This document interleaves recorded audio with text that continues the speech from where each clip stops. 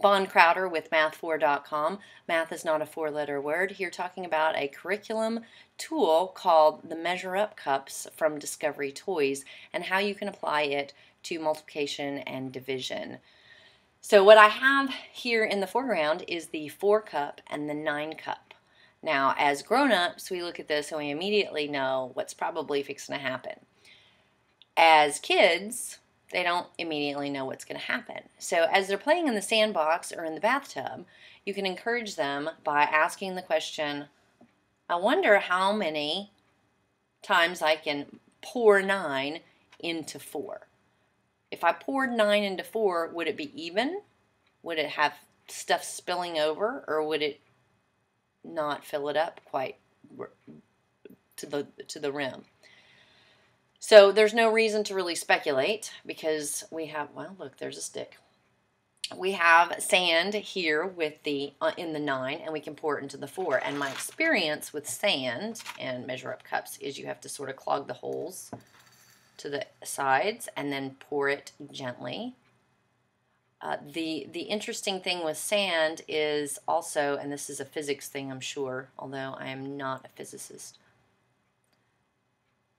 Interesting thing with, oops, there went a leaf, is that you will have space, so you have to kind of tap it down because these cups have the nifty quality of being all in the right ratios. You don't have this problem with water. Well, you can't really tap water down per se unless you've got a really nifty lab and then you're squishing water. Can you even do that? So here we have 9, not the same as 4, which equality and inequality is a really basic and essential concept. So that's important to note. The 9 is not 4. And 9 has now poured into 4 one time. So I'm going to pour the 4 out. We're going to do it. We're going to pour the 9 into the 4 again and see how much we can get in. Is it going to be the same? Getting close, getting close. Let's tap it. Make sure that we're getting as much in as we can. Okay. Well, that's maybe a tad over, but we're going to run with exactly right. So we've now poured 9 into 4, and we still have some goodies left over. So I'm going to pour out 4. And maybe we can pour it in a whole one more time. We can get it all in, but there's plenty of space left. So could it be that it's 3? And depending on your kid or kids, they might know that, okay, that's really just not even going to work. We're going to skip that one. How about 2? That one's a tough one. So I'm going to go ahead and pour it in there. And sure enough, there's still space. Well, I only have the little 1 left. We don't have little fractions in these.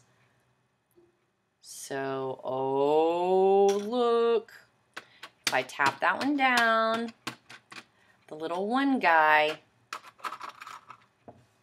he's the winner. So we poured 9 into 4 twice, and then we had a 1 left over. So you don't have to say the words 4 goes into 9 twice, remainder 1.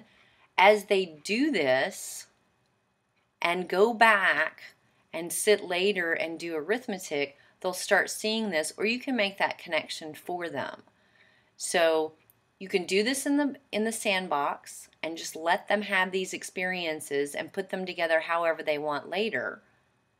Or if they're actually doing arithmetic problems and they're struggling, then you can pull these out and have them use tools to see a real life hands-on activity that actually works with the numbers that are on their paper. Either way will make that connection either immediately or down the line.